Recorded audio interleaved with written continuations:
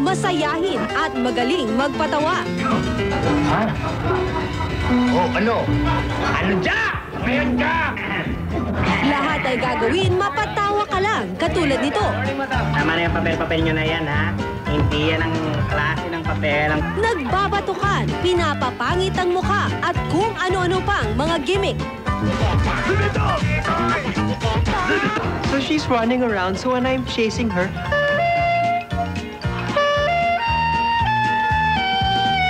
Sa ibang bansa, katulad ng Estados Unidos, ang mga komedyante sa kanila ay ginagalang at nirirespeto. Hindi tulad rito, deadma lang sila. Sa kabilang banda, bakit may comedy king at walang comedy queen? Ibig bang sabihin nito na talagang mas magagaling ang mga lalaki kaysa mga babae o baka naman kulang lang sila sa mga tamang breaks? Ngayon wala pa siya? Kaya sa panahong ito, mga mare at pare, sabay-sabay muna tayong tumawa. Sino ang mas magaling magpatawa? Babae o lalaki?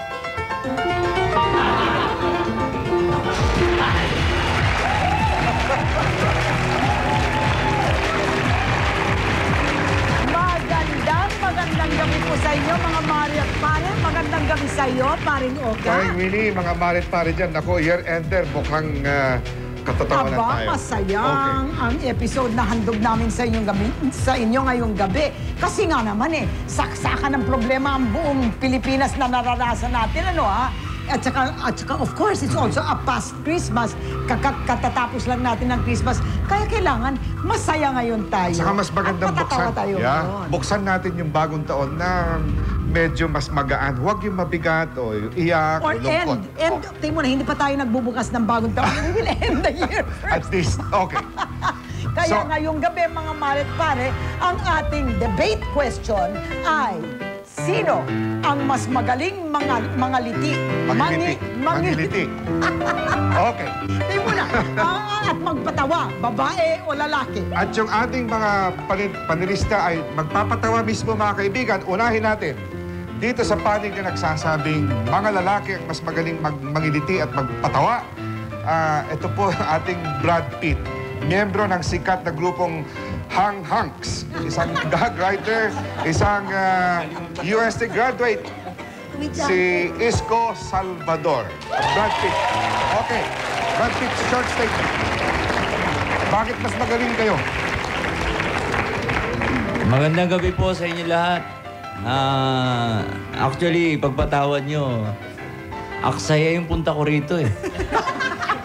Bakit naman? Kasi yung katanungan, nasagot na yan eh. Mga lalaki.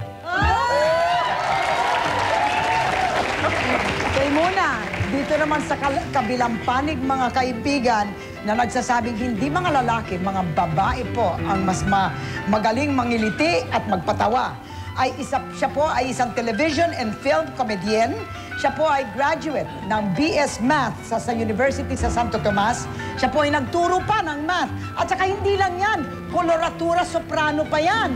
Sosko. Ito po, please welcome Beverly Salviejo. Beverly. Magandang gabi po. I beg to disagree, Brother Pitt. Okay. Brother ka lang, teacher ako. Sabi ko, babae ang mas magaling na magpatawa. Ayan! Aba, hindi magpapatalo ang mga lalaki. Meron tayo rito isang guest na siya po ay television and film comedian. Miyembro siya ng sikat na grupong Hang Hanks. Hong Hanks. Aba, siya po ay na-discover na nagtitinda ni Direk Ipe Pelino. Siya ay, ang alias niya ay also known as Long. He's not short at all. Ng Cool Kalang. At si Bobet Mejia. Okay, Long. Masyado ako natuloy ko sinabi ni Beverly, mas magaling daw sila magpatawa. Mas magaling ang lalaki. Dahil mas maraming kinagat na komedyanteng lalaki kaysa komedyanteng babae. Tulad nga nung sinabi kanina, wala kayong comedy queen. Comedy king meron kami. Alam mo, Long, may sasagot sa'yo, ha? Dito sa introduce natin. Tumaas ang kiriya tayo ni Japusit. Sandali, ako mag-introduce dyan, ha? Teka muna. Mainstay siya ng TV sitcom Bebotinga. At ang GMA soap opera Sana'y Ikaw Na Nga, ang dating radio announcer na 6 years. Siya po ay galing sa isang probinsyang madaming pusit, sa Pangasinan. Siya po si Chapusit. Okay, Chapusit. Chapusit! Alright. Good evening. Magandang gabi. Seryoso? Alam mo, Long, Merry Christmas. Happy New Year. Happy New Year. Pero pumapasok pa lang ako ng gate, natawa ka na sa akin. Ha? Pumapasok pa lang ako ng gate ng GMA, natawa ka na sa akin.